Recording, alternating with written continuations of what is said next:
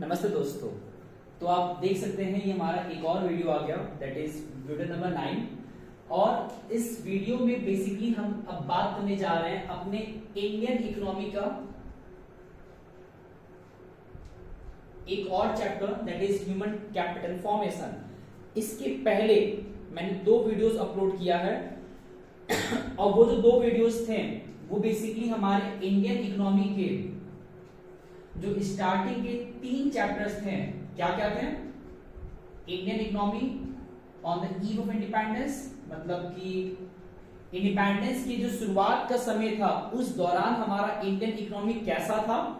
उसके बाद Indian economy 1950 से लेके 1990 तक का ये जो टाइम पीरियड था 40 सालों का, उसमें हमारा इकोनॉमी किस तरीके से आगे बढ़ा, ये चैप्टर 2 था।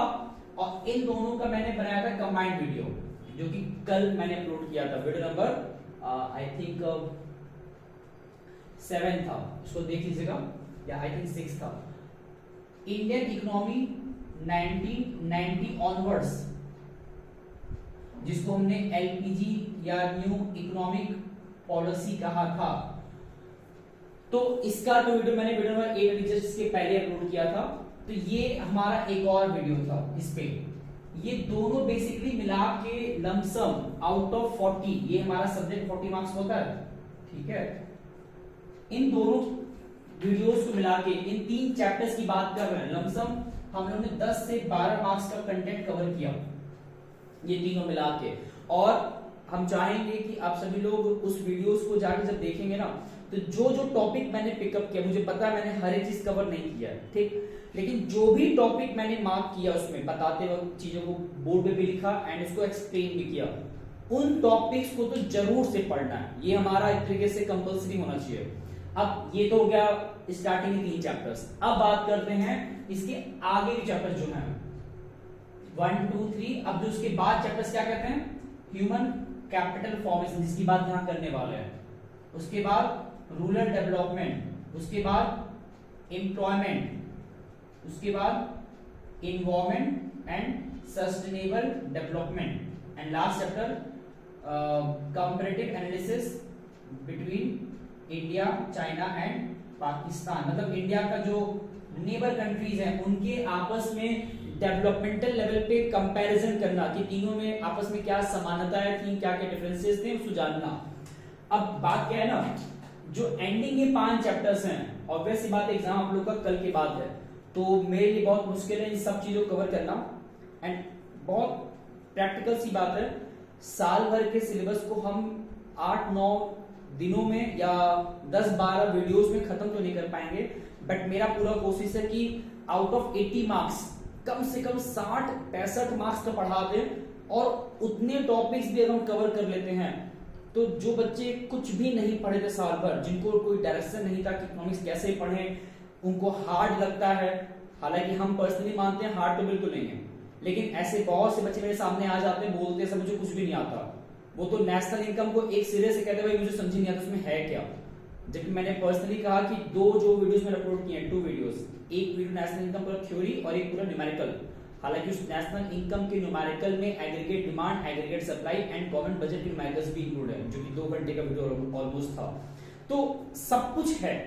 अब इतना सा करना है कि जो साल भर नहीं पढ़ा वो कम से कम इन 2 दिनों में, आज और कल, एटलीस्ट इतने ही समय में ये जो 10-12 वीडियोस है जो लमसम लेंगे 10-12 घंटे, तो इतना भी कोई बच्चा पढ़ ले, जो कि मैंने कवर कर लेंगे लमसम 60-65 मार्क्स के कंटेंट कवर कर लेंगे आउट ऑफ 80, तो उनका काम हो जाएगा, मिनिमम अच्छा मार्क्स तो आएगा, श्योर है। तो होगा क्या ना, अब हम लोग कवर करने का 3 चैप्टर्स कंबाइंड, और इन तीनों चैप्टर्स में जो टॉपिक्स हमें श्योरली पढ़ने हैं उसको हम कवर करेंगे।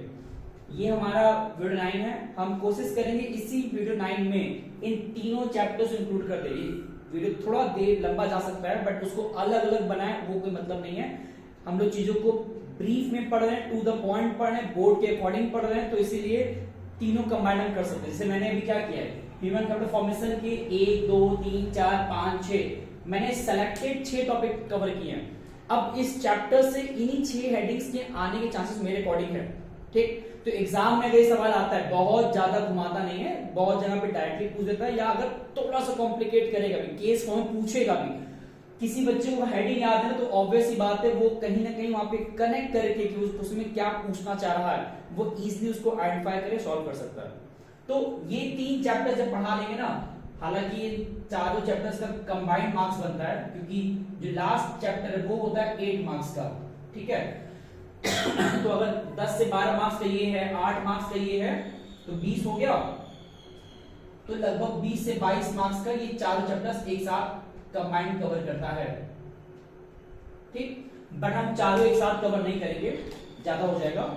ये हम अपने अकॉर्डिंग बता रहे हैं, डायरेक्टली सीबीएसई का वो जो एग्जैक्ट मार्किंग स्कीम है उसको देख के नहीं बता रहे हैं। बट ऐसा नहीं है कोई कह दे कि भाई सर एग्जैक्टली 10 मार्क्स यहां से आएगा, 12 मार्क्स यहां से आएगा, ये गलत होता है। क्योंकि इंडियन इकोनॉमी में एक ही टॉपिक 2 जगह भी हो सकता है, मतलब एक ही टॉपिक का आंसर्स हम 2-3 जगह से उठा के लिख सकते हैं। फॉर एग्जांपल अब एजुकेशन का टॉपिक एम्प्लॉयमेंट में हम ला सकते हैं किस तरीके से, ऐसा नहीं कि वो सिर्फ ह्यूमन कैपिटल फॉर्मेशन में ही रहेगा।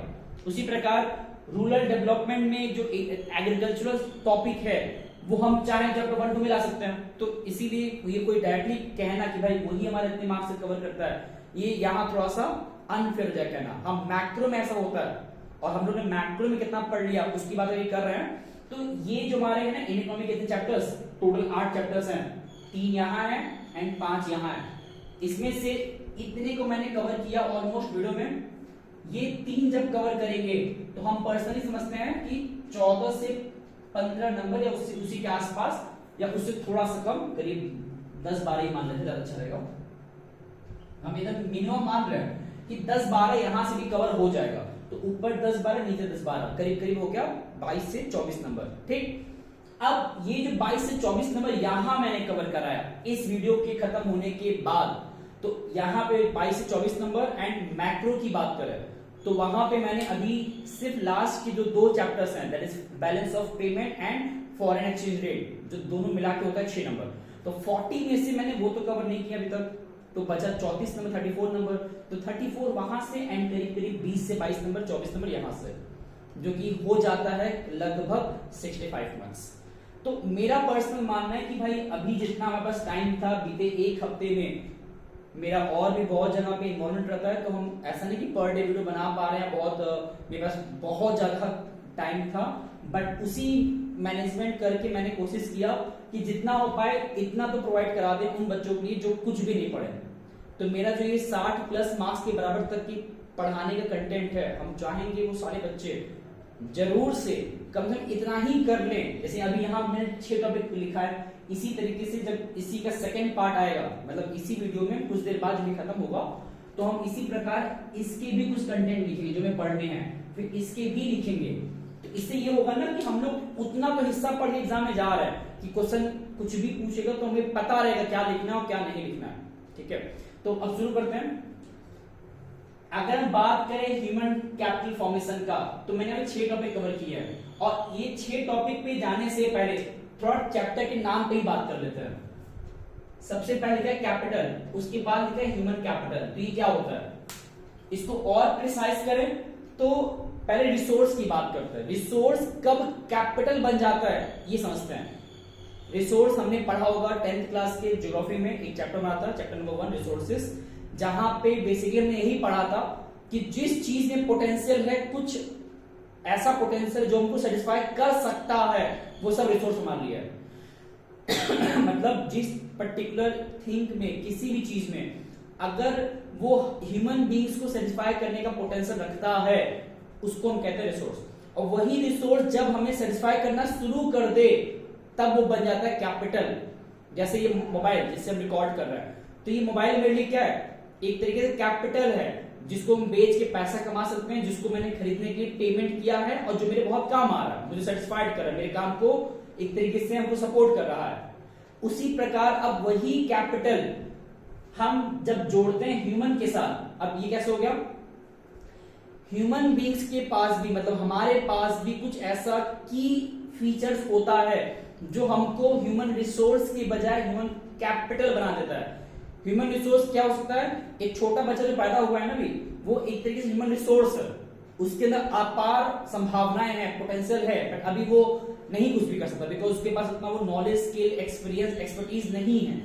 लेकिन क्या हो अगर उसको बचपन से ट्रेन कर दिया जाए, सिखा पढ़ा दिया जाए, नॉलेज दिया जाए, इंफॉर्मेशन दिया जाए, उसको ट्रेन कर दिया जाए, उसको चीजों के बारे में बताया जाए, तो एक समय आता है जब वही जो अभी तक ह्यूमन रिसोर्स था, एक बच्चा था, वो बड़ा बन क्या होता है फिर हमारे लिए बहुत सारे अच्छे काम कर पाता है। जैसे एक डॉक्टर है, जब तक वो छोटा था उसको बता देना डॉक्टरी क्या होता है, वो कैसे इलाज करते हैं, लेकिन जब वो डॉक्टरी पढ़ाई कर लेता है, नॉलेज पा लेता है, डॉक्टर की पढ़ाई की बात कर रहे हैं, तो उसके बाद अब वो डॉक्टर जो है वो रिसोर्स नहीं रहा, अब वो ह्यूमन कैपिटल बन गया, क्योंकि उसके पास डॉक्टरी का नॉलेज, स्किल, एक्सपीरियंस, एक्सपर्टीज, ये जो टैलेंट है उसके अंदर आ जाता है। तो जिस पर्सन के अंदर उसके माइंड में स्टॉक होता है, मतलब पूरा भंडार पड़ा होता है किन चीजों का, इंफॉर्मेशन का, नॉलेज का, एक्सपीरियंस का, एक्सपर्टीज का, ट्रेंड होता है, स्किल रहता है उसके पास, टैलेंट रहता है, ऐसे सिचुएशन में उस पर्सन को हम बोलते हैं ह्यूमन कैपिटल।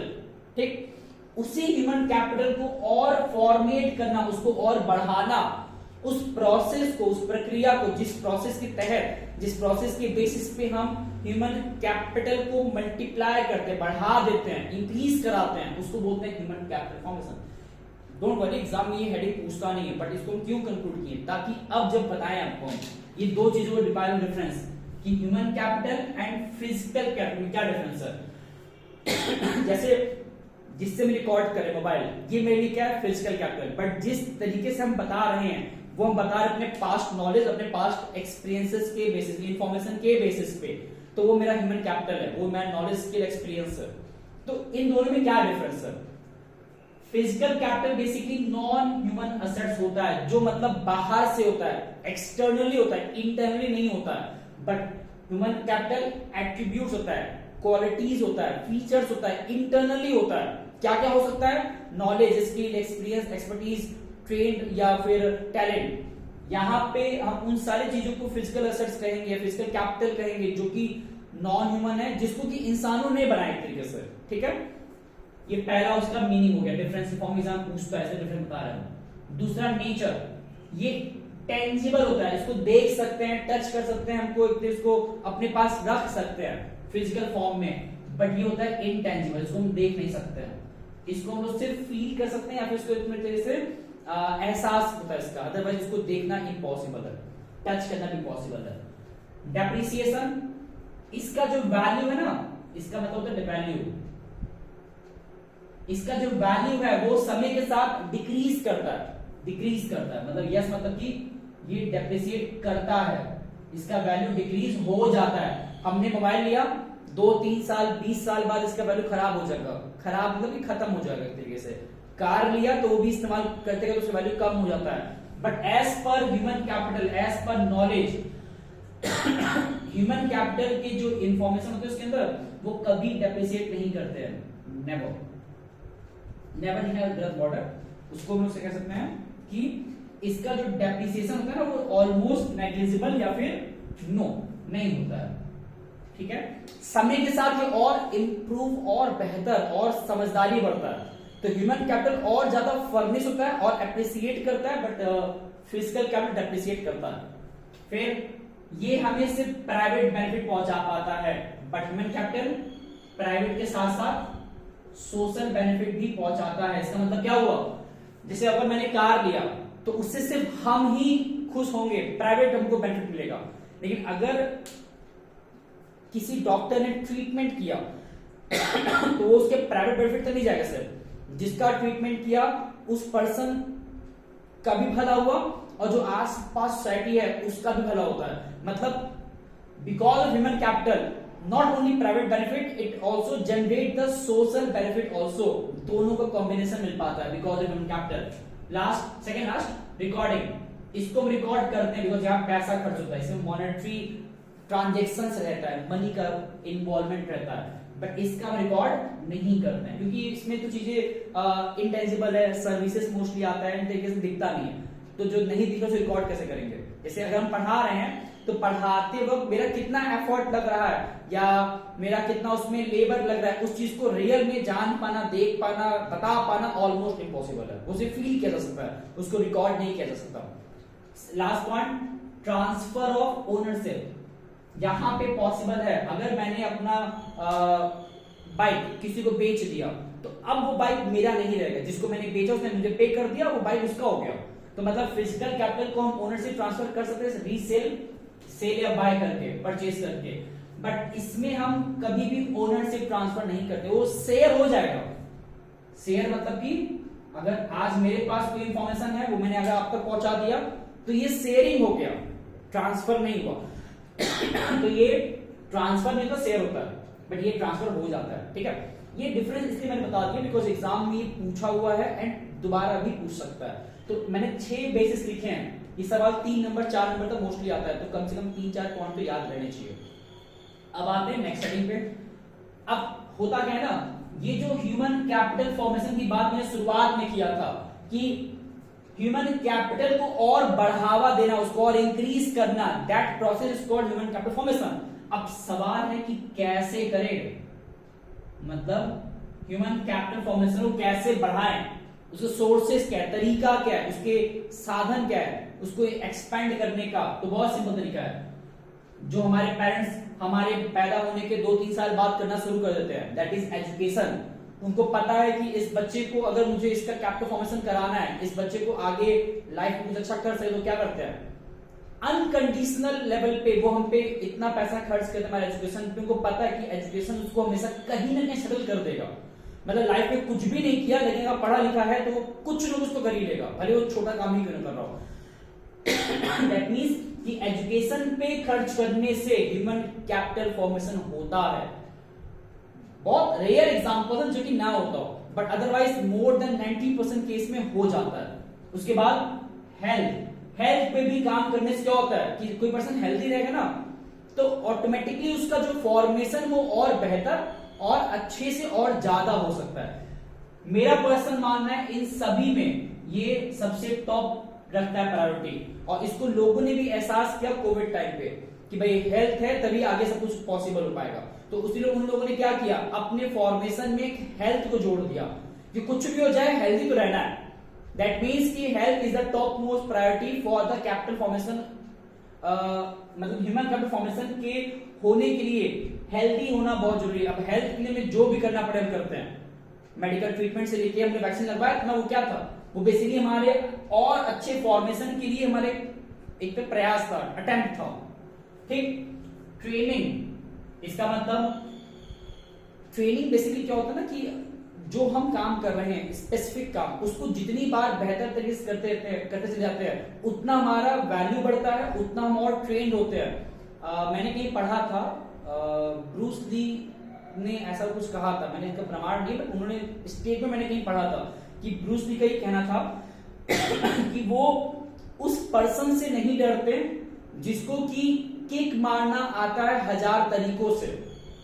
ध्यान सुनिएगा, मतलब वो उस पर्सन से नहीं डरते जिसको किक मारना आता है 1000 तरीकों से, जबकि वो उस पर्सन से डरते हैं जो कि 1000 बार एक ही तरीके के किक को प्रैक्टिस किया हुआ है। मतलब समझिए कि जो पर्सन एक ही तरीके का किक मारने का ट्रेनिंग 1000 बार किया है वो उससे डरते हैं क्योंकि वो उसमें एक्सपर्ट हो चुका है। बट जो पर्सन 1000 तरीका अपना लिया है, 1000 तरीकों को बस देख रहा है और सिंगल टाइम इतना कर रहा है, तो उससे क्या होता है ना कि वो अनट्रेन्ड होता है, वो बस मल्टीपल टास्किंग कर रहा है, तो वो एवरेज कराएगा फिर जहां सब जगह अपना हाथ पैर मार रहा है। तो ट्रेनिंग से भी क्या होता है, हमारा फॉर्मेशन बहुत बेहतर होता है। लोग हमसे फिर डरते हैं क्योंकि आपका उस फील्ड में बहुत ज्यादा एक्सपीरियंस हो जाता है उसी चीज को करते करते। बहुत बार होता है ना कि सेफ लोग बिना देखे सब्जियां काट लेते हैं, क्यों? क्योंकि उनका उतना ट्रेन हो जाते हैं, तो उनका फॉर्मेशन नेक्स्ट लेवल पर हो जाता है कि वो बहुत इफेक्टिवली तरीका कर देते हैं।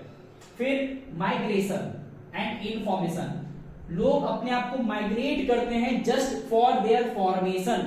अगर आज हम यहाँ पे कल कहीं और जा रहे हैं तो या तो हम अपने को बेहतर करने के लिए जा रहे हैं या फिर एक तरीके से बस सस्टेन रहना चाहते हैं। बट मोस्टली क्या होता है, लोग कहीं और अगर जाते हैं तो अपने आप को माइग्रेट इसीलिए करते हैं ताकि उनको पता है कि वहां जाएंगे तो मेरा वैल्यू बढ़ेगा।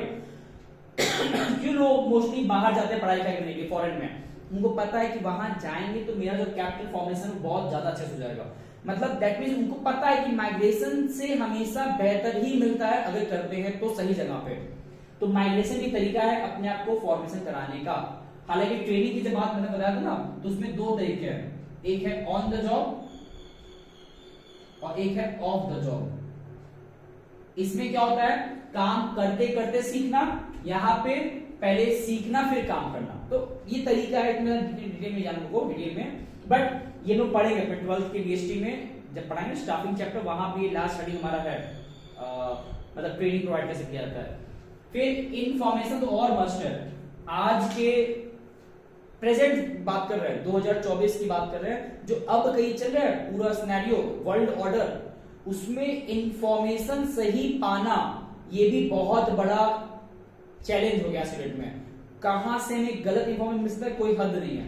तो ऐसे सिचुएशन में इंफॉर्मेशन भी सही मिलने से क्या होता है ना, हमारा फॉर्मेशन अच्छे से होता है। अदरवाइज बहुत लोग कहते हैं ना कि भाई व्हाट्सएप यूनिवर्सिटी देखो एक वो बन चुका है इंसाइक्लोपीडिया, जहां पे ढेर सारे इंफॉर्मेशन बड़े बड़े मतलब रखे हुए हैं। तो एक तरीके से इंफॉर्मेशन भी कहां से पा रहे हैं, और सही पा रहे हैं गलत पा रहे हैं, ये भी हमारे फॉर्मेशन डिसाइड कराता है। अगर हम ही आपको गलत इंफॉर्मेशन दे दिए इन केस, तो ऑब्वियस ही बात है, अगर मेरे इस लेक्चर्स को 100 लोग भी देख रहे हैं, उसमें 10 लोग ने भी ब्लाइंडली मान लिया मेरी पूरी बातों को और दूसरी बात को मान ही नहीं रहे हैं, तो ऐसे केस में क्या होता है, अगर मैंने गलत बताया तो हो सकता है उनका फॉर्मेशन गलत हो जाए। हालांकि ऐसा होगा नहीं, कोशिश पूरा करते हैं कि अपनी तरफ से कुछ भी गलत तो ना बताएं, ना गलत बोले, बट स्टिल ह्यूमन है तो गलतियां हो सकता है। तो कहने का मतलब क्या है ना, इंफॉर्मेशन भी एक तरीके से फॉर्मेशन को प्रमोट करता है। तो एडवर्टीजमेंट करके भी क्या होता है ना, बहुत बार हम जानकारियां पहुंचाते हैं लोगों तक ताकि उसका फॉर्मेशन रहे उन लोगों का। ये तरीका है फॉर्मेशन कराने का ह्यूमन कैपिटल का। अब सोर्सेज एग्जाम में अगर आता है तो ये पांचों याद होना चाहिए, इंडिविजुअली पूछे तो भी चलेगा। अब आते हैं नेक्स्ट हेडिंग पे, हम लोग क्यों फॉर्मेशन कर रहे हैं, इसका इंपॉर्टेंस क्या है, मतलब इसके पीछे लॉजिक क्या है, फॉर्मेशन करने के पीछे एक तरीके से हमारा प्रयास क्यों है, इससे हमें हासिल क्या होगा, क्या पाने के लिए कर रहे हैं, ऑब्जेक्टिव भी कह सकते हैं उसको। सबसे पहला, जितने हमारे फिजिकल कैपिटल हैं इसको इस्तेमाल कौन करता है, ह्यूमन कैपिटल। मतलब भाई किसी चीज को अगर कोई फिजिकल कैपिटल एक लैंड है, वो लैंड अपने आप में बंजर है अगर कोई इस्तेमाल करने वाला ना हो, और उसी लैंड पे इफेक्टिव तरीके से काम हो सकता है अगर कोई समझदार व्यक्ति वहां चला जाए उस पे काम करने के लिए। मतलब फिजिकल कैपिटल को प्रॉपर यूटिलाइज ह्यूमन कैपिटल ही करता है, तो उसका फॉर्मेशन होना बहुत जरूरी है। जैसे ये कहा जाता है कि पहले का जो हमारा रिसोर्सेज था वो बहुत जगह पे अनयूज था, मतलब उसका इफेक्टिव यूज हो ही नहीं पा रहा था, बट जब किसी ने पढ़ाई लिखाई किया, एक अच्छा अपने आप को एनहांस किया, तब उसने उन्हीं रिसोर्सेज को बहुत अच्छे तरीके से इस्तेमाल किया और उससे कुछ बेहतर निकाला। तो ये बेहतर कब निकाल पाया, कौन निकाल पाया, ह्यूमन कैपिटल, अपने नॉलेज स्किल एक्सपीरियंस के बेसिस पे। तो फिजिकल कैपिटल का बेहतर इस्तेमाल ह्यूमन कैपिटल ही कर पाता है, तो इसीलिए फॉर्मेशन करना जरूरी है। उसके बाद प्रोडक्टिविटी बढ़ जाता है, किसका, उसी इंसान का, उसी ह्यूमन बीइंग्स का काम करने का क्षमता, पोटेंशियल इंक्रीज कर जाता है। किसी देश का जीडीपी बढ़ता है, क्योंकि जिस देश में जिस देखे ना इंडिया में अब गवर्नमेंट का नारा क्या है कि उनको इंडिया को आने वाले 4-5 सालों के अंदर 3rd लार्जेस्ट इकोनॉमी बनाना है। दैट मींस हम लोग 5वें नंबर पे हैं। हमसे ऊपर कौन है, जितना मुझे याद आ रहा है जापान है, एंड आई थिंक जर्मनी या फ्रांस कोई एक है, 2nd China, 1st America, 4th Japan है, इतना मुझे याद है। अब सोचिए जापान बहुत बड़ा कंट्री नहीं है, बहुत बड़ा पॉपुलेशन भी नहीं है, बट स्टिल उसका जीडीपी हमसे ज्यादा है। मतलब इंडिया में 140 करोड़ लोग, इतना बड़ा land, 7th largest country in the world as per land, तो फर्स्ट हो गया, first largest first country in the with context to highest population. तो ज्यादा लोग, बड़ा एरिया, उसके बावजूद हम लोग भी 5वें पे हैं, और जापान बहुत बड़ा एरिया नहीं है एंड बहुत ज्यादा लोग भी नहीं, बट वो स्टिल 4th नंबर पे है, हमसे आगे है। ऐसा क्यों, क्योंकि उनका जीडीपी हमसे अधिक क्यों है, उनका नेशनल इनकम से अधिक क्यों है क्योंकि ये माना जाता है पूरे दुनिया में, पूरे वर्ल्ड में, एक इजराइल, एक जापान और एक लेवल पे चाइना, इन कंट्रीज ने ना, मतलब एक अमेरिका भी लेवल पे, इन लोगों ने ना इन चीजों पे भयानक काम किया। मतलब ह्यूमन कैपिटल पे ही तो उन्होंने ज्यादा काम, उनको पता था ना कि भाई, खासकर जापान, उनको पता है कि भाई जिस कंट्री में वहां के लोग प्रॉस्पेरस हो गए ना, वो कंट्री अपने आप प्रॉस्पेरस हो जाएगा। उसी प्रकार जिस परिवार में वहां के लोग जितना बच्चे हैं अगर वो ग्रो हो गए तो ऑब्वियस सी बात है वो परिवार अपने आप फल फूल जाता है, मतलब इनहेंस कर जाता है। तो दिखाता है क्या है कि ह्यूमन कैपिटल फॉर्मेशन क्या होता है, प्रोडक्टिविटी बढ़ता है उस कंट्री का, या अगर मैंने कॉन्टेक्स्ट टू फैमिली तो उस परिवार का जीडीपी बढ़ता है, इनकम बढ़ता है, जीडीपी मतलब कि प्रोडक्शन, आउटपुट बढ़ता है, इनकम बढ़ता है, देश में और ज्यादा ह्यूमन कैपिटल प्रोड्यूस होते हैं मतलब human capital itself, human capital ही नहीं हो तो कहां से ह्यूमन कैपिटल बनेगा? डॉक्टर ही अगर देश में नहीं होगा तो क्या और डॉक्टर बन सकते हैं? नहीं पॉसिबल है। तो ये होता है। फिर मॉडर्नाइजेशन भी हमारा हो पाता है, जो मैंने एग्जांपल दिया भाई, technologically Israel is the one of the best country. ये बहुत छोटा कंट्री है, अमेरिका तक उससे जल्दी पंगा लेता नहीं है। क्यों? बिकॉज उसके पास हाईटेक टेक्निक है, वो किसी के न्यूक्लियर एटॉमिक बम को भी डिफ्यूज कर सकता है हवा में अपने कंट्री में आने से पहले, मतलब इतना वो मॉडर्नाइज है। क्यों मॉडर्नाइज है? Because of this particular human capital formation. That means कि इसका इतना प्रभाव है उस कंट्री पे, अगर जो उस पे काम करता है। तो इंडिया भी काम कर रहा है, तो दिखाता क्या है कि मॉडर्नाइजेशन हमें मिल सकता है जिस पे काम करेंगे, ह्यूमन कैपिटल और बढ़ेगा जिस पे काम करेंगे, नेशनल इनकम, जीडीपी बढ़ेगा, प्रोडक्टिविटी बढ़ेगा, फिजिकल कैपिटल का प्रॉपर यूटिलाइजेशन हो पाता है जब इन सभी चीजों पे काम किया जाता है। एंड सेकंड लास्ट क्या है?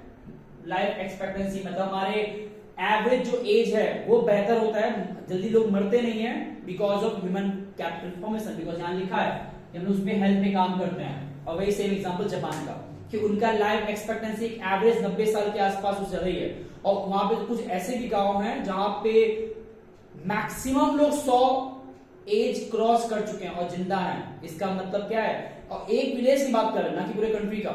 इंडिया में तो बहुत गिने चुने मिलते हैं जो 100 प्लस होते हैं। तो इसका मतलब वहां पे लाइफ एक्सपेक्टेंसी हाई क्यों है? क्योंकि उन लोगों ने अपने लोगों पे काम किया, उनके फिजिकल फिजिक पे काम किया, उनके रूटीन पे काम किया, उनके खान पीन पे काम किया, उनके इन्वायरमेंट पे काम किया। दैट्स व्हाई वहां का लाइफ एक्सपेक्टेंसी बेहतर है, वहां का इन्वायरमेंट बेहतर है, वहां का जीडीपी बेहतर है। इंडिया का भी सही है, बेहतर हुआ है, बट अभी और होना बाकी है, अभी भी इनएडिक्वेट है। और वो जो इनएडिक्वेट है वो बताएंगे नीचे। बट लास्ट क्या है? सेकंड लास्ट क्या है? पॉपुलेशन ग्रोथ, ये भी कंट्रोल हो जाता है, मतलब उसको मिनिमाइज करा पाते हैं जब हमारे देश में फॉर्मेशन अच्छे से होता है। क्योंकि जब इंसान, सोसाइटी या कंट्री के लोग पढ़े लिखे होते हैं तो उनको पता होता है कि पॉपुलेशन का क्या ड्रॉबैक है। हालांकि हमारा देश अब उस डायरेक्शन में जा रहा है जहां पे बिना गवर्नमेंट के ऑफिशियल किसी लॉ को लाए बिना कंट्री ने इस पे काम किया है लेवल पे। कैसे हम ये बोल पा रहे हैं? क्योंकि जो पहले फीमेल फर्टिलिटी रेट 3 के ऊपर था, आज ये 2 के आसपास है। जो पॉपुलेशन का ग्रोथ रेट पहले हमारा 2% के आसपास था, वो आके 1% के आसपास पहुंचा है। ये बात अलग है, भी कम होना चाहिए। Less than 1% is effective. China का 0.4 के आसपास है। तो ये दिखा रहे हमने इसमें काम तो किया है, और जो जितना इस पे काम होता है वो उस पे उतना इंपैक्ट दिखता है। ये इंपॉर्टेंस था या उसके ऑब्जेक्टिव्स कह सकते हैं। बट ऑब्वियस सी बात है, हमारा कोई भी एक्शन बिना किसी रुकावट के पूरा नहीं हो सकता। तो इस प्रोसेस में भी गवर्नमेंट तो 70 साल से काम कर रहा है, 75 साल से काम कर रहा है, तो क्या हमारे देश में सब अच्छा हो गया? नहीं, अभी भी लैक हो रहा है। तो क्यों हो रहा है? इसके पीछे ये कुछ मैंने रीजंस लिखे हैं कि ये प्रॉब्लम्स अभी भी देखने को मिलता है। लास्ट पॉइंट मोस्ट इंपॉर्टेंट है, गवर्नमेंट का जो बिल है ना वो आज भी उतना इफेक्टिव नहीं है। वो आज भी शॉर्ट टर्म गेन के लिए सोचते हैं, मतलब उनको ज्यादा फर्क नहीं पड़ता कि देश में क्या जरूरत है क्या जरूरत नहीं है। वो अभी भी वही नॉर्मल नैरो माइंड सेट रखते हैं। अब हम ये नहीं कह रहे कि अभी से अब बेहतर हो रहा है, ये वो जो भी वो अलग डिबेट है। लेकिन यहाँ पे देखा गया लंबे समय तक गवर्नमेंट उतना इफेक्टिवली काम नहीं करता है ह्यूमन कैपिटल को और बेहतर करने के लिए। बहुत कम कंट्रीज हैं जो अपने लोगों पे काम करते हैं बजाय कंट्री पे काम किए बिना, मतलब वो लोगों पे ज्यादा इन्वेस्ट करते हैं। बहुत कम कंट्रीज हैं, वही मैंने एग्जांपल दिया जापान एंड इजराइल।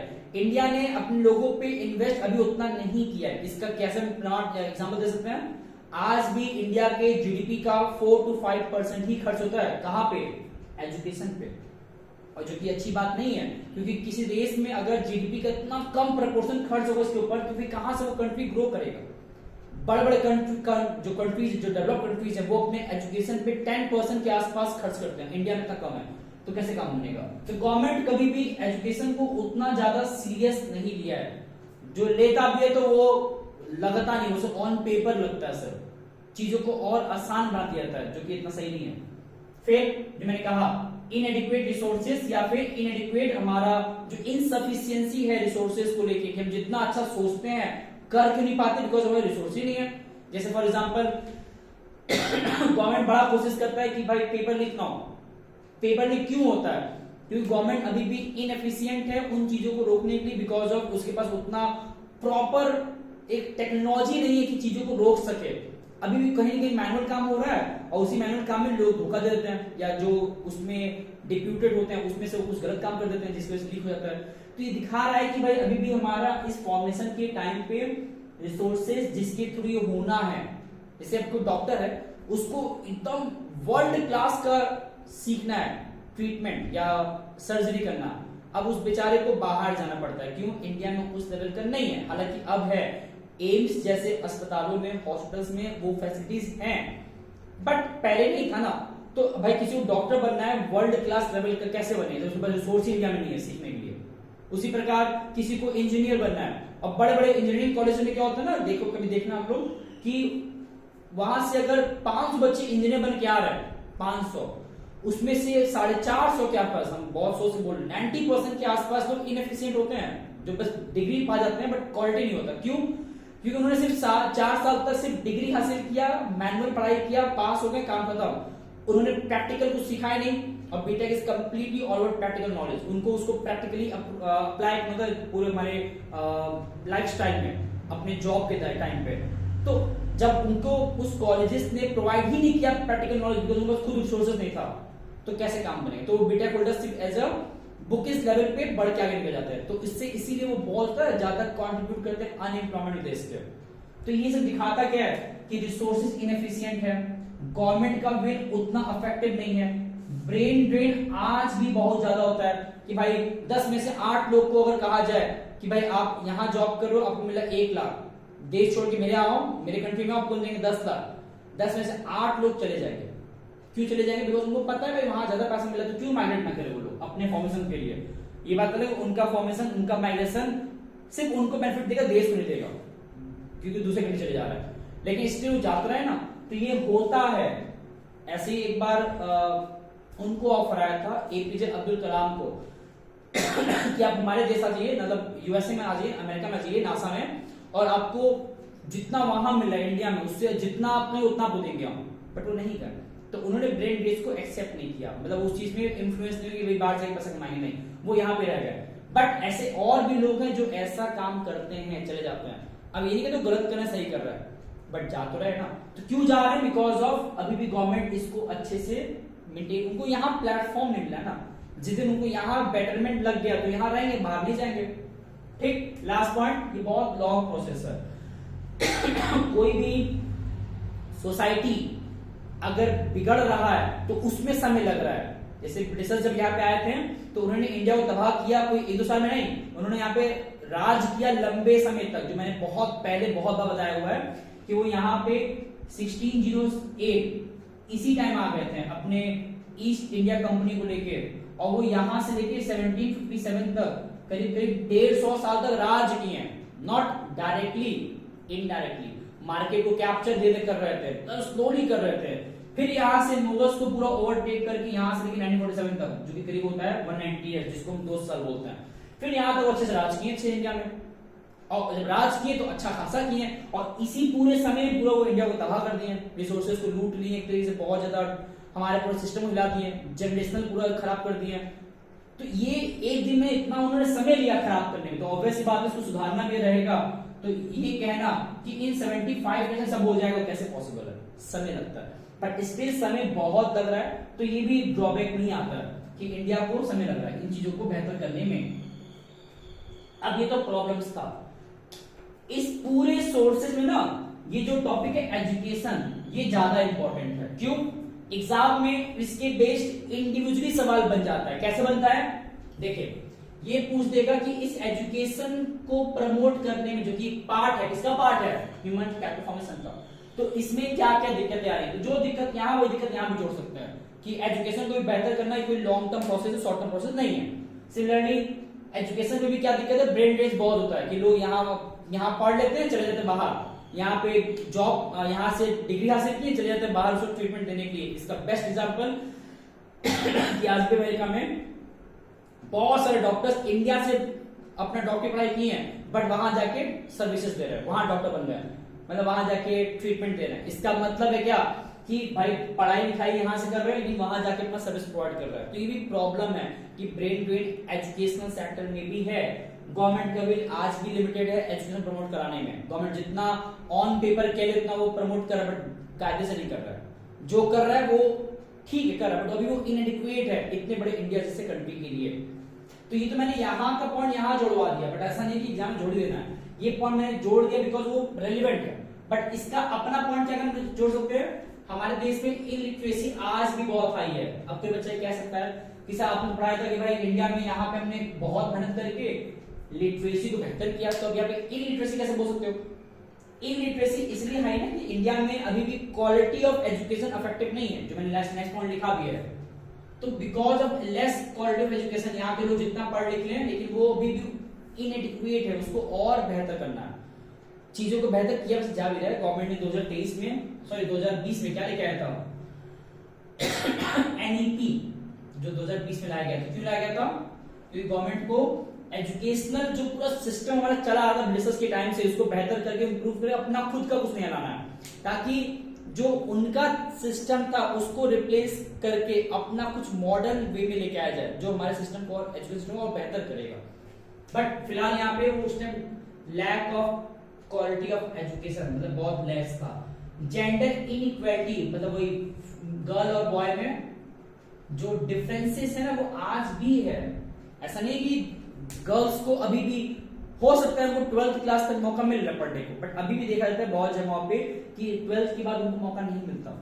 गांव देहात में तो आज भी ऐसा होता है कि वहां पे 7-8 तक बच्चा पढ़ाई कर लिया, 10 तक पढ़ाई कर लिया, लड़की बात कर रहे हैं, और फिर उसकी शादी की बात हो जाती है। ये दिखाता है कि उसको पढ़ाई का आगे मौका ही नहीं मिल रहा। बॉय को मिलेगा जब तक वो चाहेगा, बट गर्ल्स को बहुत कम मिलता है। मतलब ये उसके साथ एक्सपेरिमेंट होता है कि भाई 25 साल तक जो मन देख लो, नहीं हो पाया तो फिर शादी करा देंगे। ये जो है ना एक तरीके से डिफरेंसेस कि गर्ल्स को मौका कम मिलता है, या आज भी डिफरेंसेस हालांकि एकदम नहीं है, चीजें बहुत बेहतर हुई हैं बट अभी और ना बाकी है। स्टिल कहीं ना कहीं अभी भी जेंडर इनइक्वालिटी कहीं कहीं मौजूद है, तो उसको कंप्लीट वैनिश अभी नहीं हुआ है। Last second last point, practical knowledge तो मिलता ही नहीं है। ये बड़ा अजीब सी बात है कि हम लोग जो पढ़ते लिखते हैं उसको प्रैक्टिकली समझ नहीं पाते हैं। अब जैसे हम लोग पढ़ा रहे हैं, अब मेरे पास तो ये पॉसिबल नहीं कि इन चीजों को प्रैक्टिकली आपको बता पाए, लेकिन क्या होता अगर हम इन सब चीजों को आपको रियल में दिखा सकते हैं ग्राउंड पे जाके, कि क्यों हम ये कह रहे हैं कि भाई चीजें हो रहा है आसपास। तो जब हम देखते हैं उन चीजें प्रैक्टिकली ना तो बहुत कुछ सीखते हैं। इसका भी एग्जाम्पल देते हैं। एपीजे अब्दुल कलाम की बात है, मैंने उनका जब किताब पढ़ा था द विंग्स ऑफ फायर, उनका जो ऑटोबायोग्राफी है, not sorry biography not autobiography, तो उसमें उन्होंने एक बात बताया था, बड़ा अच्छा बात था कि उन्होंने पता है रॉकेट जो था एरोप्लेन या हवा में स्पेस जाने का जो भी उनका ख्वाब था ना, वो उसको प्रैक्टिकली जीते थे। अपने घर के बाहर जो उनका लॉबी था वहां जाके बैठ जाते थे, या चले जाए टेरेस पे, वहां बैठ के सिर्फ आसमान को देखते थे और इमेजिन करते थे प्रैक्टिकली कि वो कैसा वो दृश्य होगा जब कभी हवा में अपनी चीजों मतलब जो भी उनका ड्रीम था उसको करेंगे। मतलब वो प्रैक्टिकली उस चीज को फील करना चाहते थे, सिर्फ बुक में देख के उसको रीड नहीं करना चाहते थे। तो ये दिखाता है कि बहुत बार क्या होता है चीजों को प्रैक्टिकली फील करने से होता है बहुत कुछ सीखते हैं। जैसे अब कोई सर्जन है, वो बहुत, हालांकि मेडिकल में तो ऐसा होता है कि वो प्रैक्टिस सिखाया जाता है मोस्टली, बट बाकी जगह बहुत कम होता है। होता भी है तो बहुत ज्यादा नहीं होता है जितना होना चाहिए। तो ये प्रैक्टिकल नॉलेज का अभाव, उसका लिमिटेशन भी एक ड्रॉबैक है एजुकेशन सिस्टम में। हम जो पढ़ते लिखते हैं उसको प्रैक्टिकली बहुत कम अप्लाई करते हैं रियल वर्ल्ड में, स्कूल लाइफ में। स्कूल के बाद भले ही कर ले। प्राइवेटाइजेशन भी एक इंपॉर्टेंट टॉपिक है कि बिकॉज ऑफ प्राइवेटाइजेशन ये जो है ना एजुकेशन सिस्टम ये बहुत महंगा हो गया और हर कोई अफोर्ड नहीं कर पा रहा। ये बात अलग है कि सब कोई चाहता है प्राइवेट में ही अपने बच्चों को पढ़वाना, बट स्टिल वो महंगा पड़ता है क्योंकि वो सर्विसेज दे रहे, क्वालिटी दे रहे हैं, और बिकॉज ऑफ क्वालिटी वो पैसा अधिक लेते हैं और हर कोई अफोर्ड नहीं कर पाता। तो ये भी प्रॉब्लम है कि बिकॉज ऑफ प्राइवेटाइजेशन बहुत बार दिक्कत हमें होता है उस चीज को एक्सेप्ट करने में या सीखने में।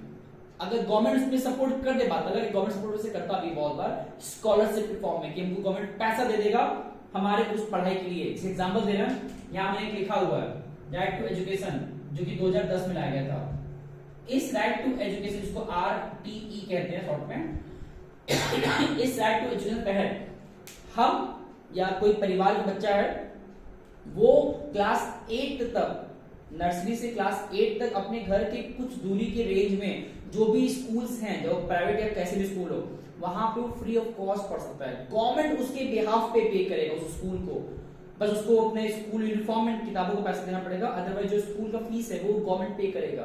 क्यों गवर्नमेंट ऐसा कर रहा है? गवर्नमेंट चाहता है कि जो प्राइवेटाइजेशन में लोग पे नहीं कर पा रहे, अफोर्ड नहीं कर पा रहे, ड्रॉबैक जो बन जा रहे हैं लोगों के लिए, गवर्नमेंट उसको सुधार कैसे रहा है? राइट टू एजुकेशन के तहत उनको फंडिंग कर रहा है। क्लास 8 तक कर ही रहा है, 9 से 12 तक स्कॉलरशिप, 12 के बाद भी स्कॉलरशिप, तो मतलब बच्चे का पढ़ाई लिखाई में पैसा लगा कहां? उसी प्रकार वुमेन्स के लिए तो, गर्ल्स के लिए ज्यादा गवर्नमेंट ने सपोर्ट किया है। मोस्टली हर जगह देखोगे ना गवर्नमेंट के लिए, गवर्नमेंट जो स्कीम्स होते हैं उसमें वेटेज मिलता है गर्ल्स को। क्यों मिलता है? वही सेम चीज कि उनके साथ बहुत जगह पे इनइक्वालिटीज हुआ है पहले का, तो उसको सुधारा जा रहा है। तो मैंने यहाँ पे लिखा है कि गवर्नमेंट ने इस सिस्टम को, इंडियन एजुकेशन सिस्टम को कैसे बेहतर किया, मेजर्स क्या कहते हैं, ये बेसिक मैंने पॉइंट लिखे। एग्जाम में तो सब पूछ देगा एक साथ कि गवर्नमेंट के मेजर्स क्या क्या है, कुछ पॉइंट बताइए, या फिर इतने में से कोई 2-3 बोल देगा और कह देगा इसको एलाबोरेट करिए, इसको बताइए इसका मतलब क्या है। इसमें क्या लिखा हुआ है? सर्व शिक्षा अभियान, सबको पढ़ाई लिखाई करने का अवसर मिले, 2001 में लाया गया था, अटल बिहारी वाजपेयी लाया था। 2001 या 2 है, 1 था, देख लीजिएगा। मिड डे मील, ये बड़ा इंपॉर्टेंट था। इसमें क्या है ना कि भाई लोगों, बच्चों को स्कूल अगर वो जाते हैं, उनका अटेंडेंस को अच्छा रखने के लिए, मतलब स्कूल वो जाएं, उनका एब्सेंटीज कम रहे, तो बच्चों को पता कैसे मैनिपुलेट किया गया गवर्नमेंट के थ्रू, उन्होंने मिड डे मील का कॉन्सेप्ट ला दिया, जिसमें कि उनको कहा गया आप स्कूल आओ, आपके जो दोपहर का खाना है मील, उसको हम आपको प्रोवाइड कराएंगे, ताकि कम से कम उसी बार स्कूल में आओगे तो ऑब्वियस बात है, बच्चे स्कूल पहुंच गया तो मस्ती करेगा, पढ़ाई करेगा, मस्ती एक लेवल तक करेगा तो पढ़ाई करना ही पड़ेगा मजबूरन। तो ये गवर्नमेंट का तरीका था कैसे बच्चों को एजुकेशन के लिए प्रोत्साहन करे, मतलब उसको उसकी तरफ लेके जाए। तो एक तो ये था बेटी बचाओ बेटी पढ़ाओ, मतलब गवर्नमेंट ने बेटियों को, गर्ल्स को प्रमोट करने की, भाई कि कोई एबॉर्शन केस ना आने पाए, वेटेज ना हो कि भाई इसे मेल बॉय को प्रेफर किया जा रहा है, मेल या बॉय को एंड गर्ल को नहीं। तो ऐसे केस में गवर्नमेंट क्या कर रहा है, बेटी को भी इंपॉर्टेंस मिले किसी परिवार में, तो उनके लिए गवर्नमेंट इतना तरीके क्या कर रहा था, स्कीम्स लाया था, मूवमेंट लाया था। न्यू इंडियन लिटरेसी प्रोग्राम, लोगों को जो इलिटरेसी हमारे देश में बहुत हाई था ना, उसको मिनिमाइज करके लिटरेसी को हाई करना है, इसके लिए गवर्नमेंट बहुत से काम किया। मैंने ये पॉइंट 2 बार लिख दिया है। तो ये जितने पॉइंट हैं ये बेसिकली इंडियन एजुकेशन सिस्टम को बेहतर करने के माइंडसेट से गवर्नमेंट के थ्रू लिए गए थे। मैंने सेलेक्टेड 6 टॉपिक टच किए सिर्फ इस चैप्टर से, ये सफिशिएंट है।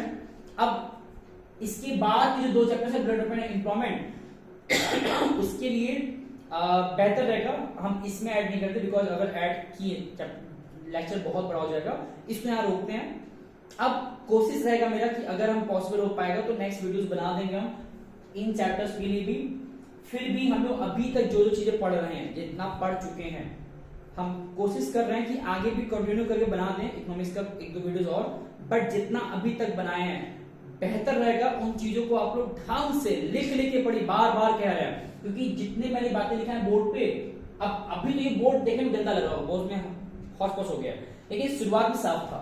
तो उसी टाइम बच्चे अपना स्क्रीनशॉट लेके या फिर उसको हम साइड हो जाते हैं, कुछ लिए शुरुआत रहते भी हैं, तो उसको देख के उतार लें, और जब बातों को बताएं तो उसको उसी हेडिंग को बार बार देखें। अपने हाथों से लिखा हुआ हेडिंग खुद ही पढ़ना जल्दी याद रहता है, सिर्फ देख के प्रवचन की तरह सुनना और फिर मोबाइल बंद कर देना, इससे बहुत डिफरेंस क्रिएट नहीं होगा। तो अभी तक हम लोग जितना पढ़े हैं बीते 9 वीडियोस में, शुरू से 1 से लेकर 9 तक, जो बच्चा इतना भी कर लेगा ना, हम स्ट्रांगली कह रहे हैं, स्ट्रांगली उसका पास तो गारंटीड होगा, उसके बाद अच्छे मार्क्स भी आएंगे। अभी तक मैंने किसी को भी ये नहीं बताया कि 1 मार्क्स के लिए कैसे पढ़ना है, मैंने अभी तक पूरा फोकस किया 3 मार्क्स 5 मार्क्स या जो भी 4 मार्क्स क्वेश्चन आते हैं एग्जाम में, उसके अकॉर्डिंग फोकस किया। 1 मार्क्स के लिए इतना कह सकते हैं सिर्फ कि हमारे पास जो भी किताब है, चाहे वो वीके ओरी की बुक हो या संदीप गर्ग का बुक हो या जो भी किताब है, दीपासरी का भी हो सकता है, या फिर कोई रेफरेंस बुक हो गया, एग्जाम आइडिया, सेल्फ स्टडी, या फिर all in one together with, कुछ भी, किसी भी एक किताब का या कोई सैंपल पेपर भी क्यों ना हो, किसी भी एक किताब का जितने भी क्वेश्चन दिए 1 मार्क्स वाले वो पूरा पढ़ लेना है। उससे क्या होता है, वही आएगा ऐसा नहीं कह रहा है, लेकिन हमसे हम पढ़ने से क्या होता है, आइडिया मिलता है कि क्वेश्चन किस प्रकार एग्जाम में आ जाता है घुमा फिरा के। जो हम लोग पढ़ रहे हैं यही सब में से क्वेश्चन बन सकता है, लेकिन कुछ भी पूछ देगा, फॉर एग्जाम्पल कि RTE कब आया था, या फिर 3-4 पॉइंट दे देगा, कह देगा कि इन 3-4 पॉइंट में से कौन सा problem of human capital formation नहीं है, तो 3 प्रॉब्लम होगा, 1 प्रॉब्लम नहीं होगा, तो जो नहीं टिक मानना पड़ेगा। तो सवाल बहुत से बन सकते हैं। तो हम चाहते हैं कि इन सारे वीडियोस में जो भी बातें हम पिकअप किए, जो भी टॉपिक मैंने पिकअप किया, जो भी कंटेंट मैंने बोर्ड पे लिखा, क्योंकि मेरे पास तो स्मार्ट बोर्ड नहीं है तो मैं इसी से काम चला रहा है, तो कम से कम जो बातें मैंने बोर्ड पे लिखा है उन सारी चीजों को कॉपी पे लिख लेके, एक दिन की बात है, बहुत टाइम लगता नहीं है। जब मैंने जो न्यूमेरिकल्स भी कराया था, national income aggregate demand government budget का, उन्हीं न्यूमेरिकल्स को लगा ले सर, मतलब ये भी, लेकिन और न्यूमेरिकल लगाने बात कर रहे हैं, फॉर्मूला याद कर ले अच्छे से, न्यूमेरिकल्स वही लगा ले, एक आइडिया मिल जाएगा क्वेश्चन कैसे एग्जाम में आ सकते हैं, और एग्जाम में कर भी लेंगे। फिर थ्योरी पार्ट में जितना मैंने डिस्कस किया उसको ढंग से कर ले, थोड़ा मेहनत करना पड़ेगा, और बिलीव मी इतना पढ़ने से होता है ना कि भाई एग्जाम में जब बैठेंगे ना तो लिटरली कह रहे वहां पे ऐसा नहीं होने वाला कि भाई कुछ समझना है, सब कुछ पढ़ा हुआ लगेगा। और सबसे बड़ी बात, क्वेश्चन पढ़ने के बाद कुछ भी अगर हिंट लग जाए कि ये सवाल हमें कुछ ना कुछ मैच कर रहा है इस टॉपिक से, लिख देना है, छोड़ना नहीं है। मतलब 80 मार्क्स का पूरा करना है। अगर मैंने इतना कवर किया 60 के मार्क्स के आसपास तक का तो ये आपकी जिम्मेदारी है कि अब उसको 20 मार्क्स का और अटेम्प्ट करना है, छोड़ना नहीं है। और लगभग सब कुछ पढ़ा हुआ ही आता है। हाँ, जो मैंने चैप्टर टच ही नहीं किया, जैसे मैक्रो को 2 चैप्टर्स, अभी फिलहाल यहाँ मैंने कवर नहीं किया 4 चैप्टर्स, तो 4 यहाँ 2 वहां 6 चैप्टर्स, ये करीब करीब है 20, 22, 25 मार्क्स का टोटल होगा। तो भी हम लोग 55 मार्क्स 60 मार्क्स कवर किए ना, तो इतना भी बच्चा पढ़ ले जो बिल्कुल नहीं पढ़ा था उसके लिए इतना ही बहुत है, जितना हम समझते हैं। तो मिलते हैं नेक्स्ट वीडियो में, फिलहाल इतनी पे इसको रोकते हैं, लेकिन जब भी मिलेंगे नेक्स्ट वीडियो में तो हम इन दोनों की बात करेंगे। इस वीडियो में मैंने इसकी बात किया, इसके पहले मैंने बात किया था चैप्टर नंबर 3 का इकोनॉमिक रिफॉर्म का, उसके पहले मैंने बात किया था 1-2 का। तो हमने इंडियन इकोनॉमी भी कवर किया एक लेवल तक, सिर्फ मैक्रो ही कवर नहीं किया, ठीक है। तो अब हम चाहते हैं इतना भी आप ध्यान दीजिए, बाकी आई नो ज्यादा लंबा वीडियो हो गया। जब भी मिलेंगे नेक्स्ट क्लास में तो आगे कंटिन्यू करेंगे। हम चाहते हैं इतना ढंग से पढ़ ले आप लोग लिख के, बाकी मिलते हैं नेक्स्ट वीडियो में। धन्यवाद, नमस्ते।